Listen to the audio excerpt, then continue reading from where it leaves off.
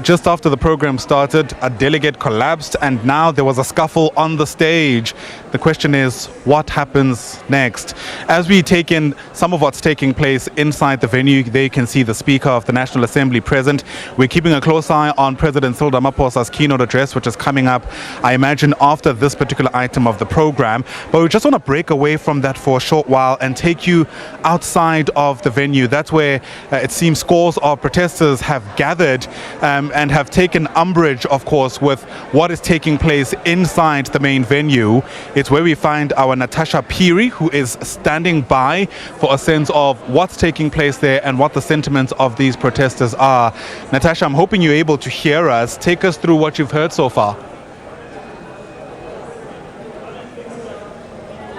Morning to you, Ayana. Well, the National Convention actually kicks off inside and delegates actually waiting to be addressed by President Cyril Ramaphosa. There is a number of people outside from various, groups that are somewhat disgruntled. Let me just take this conversation to Peter. Of course, he's from the Housing Crisis Committee. Peter, you're a number of people here. While the National Convention kicks off inside, you're saying that you are not happy at all with what's happening. Yes, so good day to the viewers of SABC. I think, we are not happy at all, and we came here to picket outside so that our grievances can be heard. First of all, there is a exclusion here. We are excluded from this national dialogue.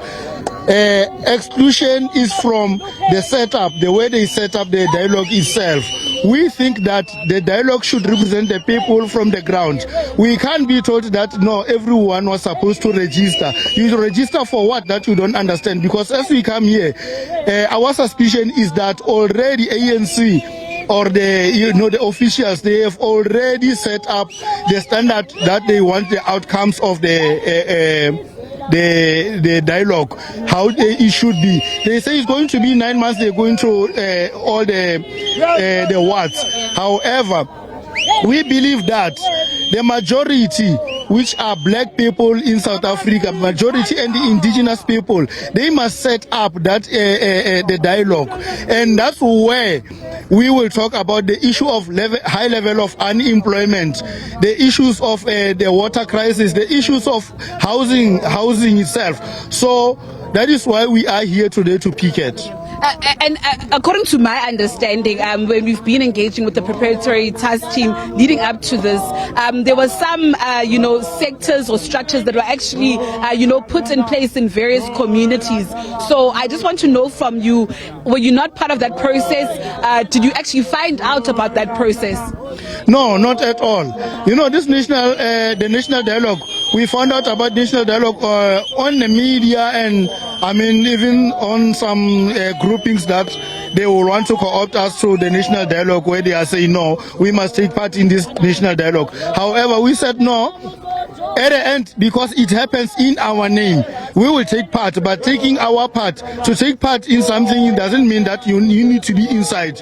We can take part to say, no, this is our grievances. We are not satisfied the way it was set up. So we didn't know anything about this national dialogue. We just heard it as there was there is 700 million that is going to be spent and stuff on the media. We heard it from you guys. We didn't know about the national dialogue at all. And then, Peter, what is the hope? Do you hope that by protesting outside the venue, somebody would come and give you an audience, somebody from civil society or somebody from the PTT itself? Yeah, the hope, is that we are taking the baby steps. The hope is to take a baby steps.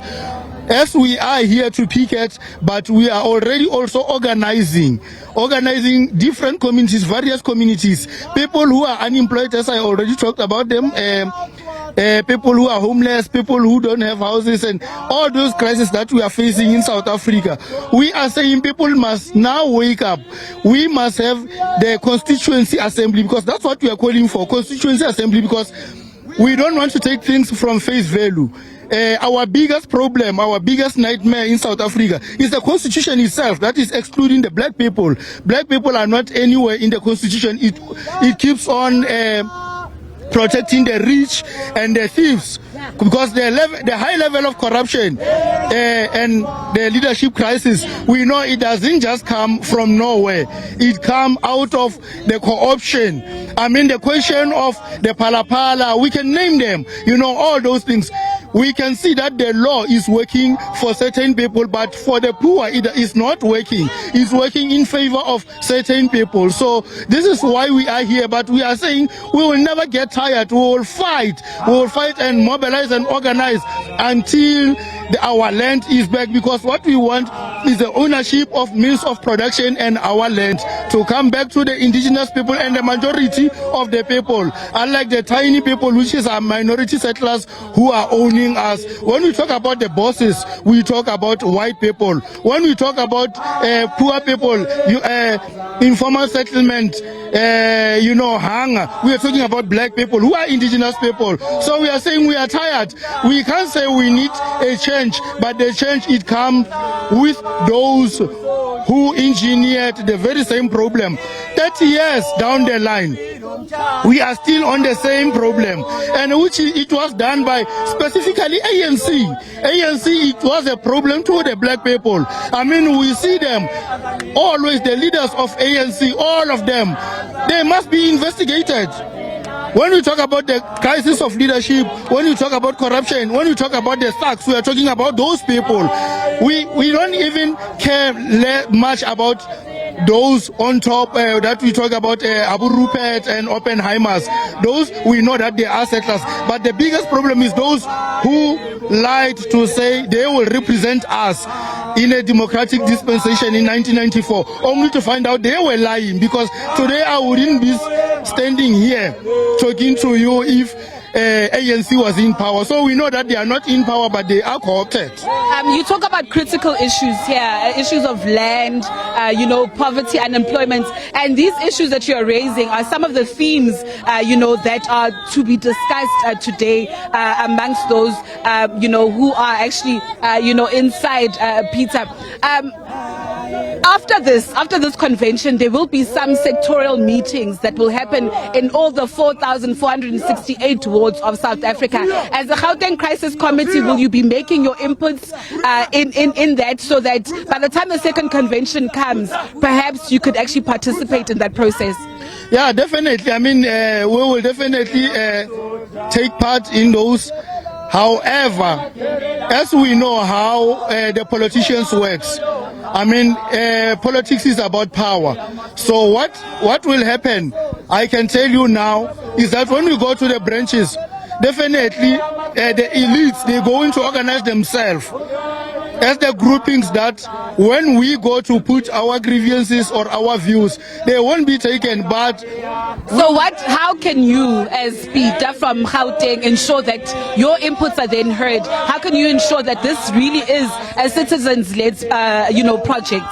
Yeah, that's a problem that I spoke about, that the setup of the national dialogue, from the onset, it was not done right. So, unfortunately, we will try to make sure that our grievances are heard. But unfortunately, we know that, if you corner someone who's already tasted the fruits of capitalism, definitely those people, that is why the people are who are the elites, they are all very violent against us when we try to do something. I will give you a simple example. We fought for mega housing development in Gauteng South, which is called Southern Farm, in 2016. Fortunately, now 4 months ago, it has kick-started the Southern Farm. However, we see people who were fighting for Southern Farm are highly excluded. We are here as I speak to you. And then those elites, the little tiny elites, they will be co-opted so that they can be the one who controls everything. So we can try to participate in this national dialogue, and our voices will try to make sure that our voices are heard. However, our trying, we don't know where it will get us. So that is why we think we belong to the ground. We will always take everything into the ground. Peter, thank you so much for your time. Ayanda, if I can just also bring in another gentleman here who's from the Khoi and San community. I do remember that Ulrich Hendricks had reported that they were not happy that the national dialogue had kicked off, or the national convention, I beg your pardon, had kicked off without them. Sir, you're also here very disgruntled, saying that the Khoi and the San community were not invited to take part of this national convention. I echo your sentiments. Exactly. No, these are your sentiments. Yes. So yeah, we are very disappointed that the First Nation, the Khoi and San, whom everybody found here, are not being included in discussions that's so important, that gives a framework to our country. We have not received any invitation. They've sent invitations to celebrities, rugby players, academics, but they do not include the real people, the indigenous people. So already there you can see that we have been excluded purposely. And may I add, they've been excluded purposely because currently today, as it is standing today, the first language that was spoken on the soil of this country is not recognized as an indigenous language. It's not as an official language. But then you see how they contradict themselves. In the coat of arms, my language is there. Iki kare kare te. Unity in diversity. So why do you use my language in the coat of arms if you do not recognize my language? So from our side, this is again a situation where we've been left outside on the periphery. I didn't get your name. My name is Chief Kam Kit Duarte.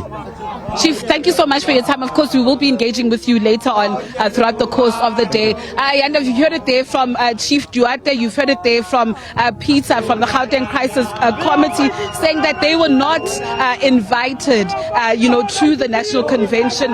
Therefore, they don't know how their inputs will actually be made inside. But they hope that when, the discussions from here actually go to those sectorial meetings, to those 4,468 wards, they will be given an opportunity to make their inputs. Let's park in here for now and cross back to you, Ayanda.